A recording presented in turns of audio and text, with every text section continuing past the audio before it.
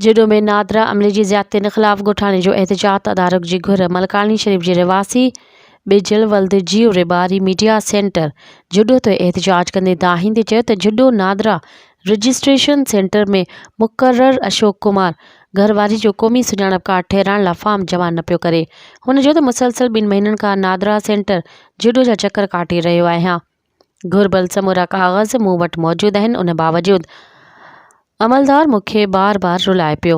हुन इल्ज़ाम हणंदे चयो त ॼाणल अमलदार रिश्वत लाइ घरवारी जो फॉर्म जमा न पियो करे। आऊं पुरियत माण्हू आहियां। मलकाणी खां जुडो केतिरा ई भेरा भाड़ा भरे जुडो नादरा सेंटर ते फॉर्म जमा कराइण लाइ आयो आहियां, पर अमलदार मूंखे मुख़्तलिफ़ बहाननि सां तंग करे परेशान करे छॾियो आहे। हुन नादरा जी आला इख़्तियारनि खां मुतालबो कयो त नोटिस वठी अमलदार ख़िलाफ़ कार्रवाई करे तदारुक कयो वञे। मज़ीद ख़बरनि ऐं तफ़सीलात लाइ विज़िट कयो असांजी वेबसाइट www.awamiNewsHD.com ऐं ॾिसंदा रहो अवामी न्यूज़ HD।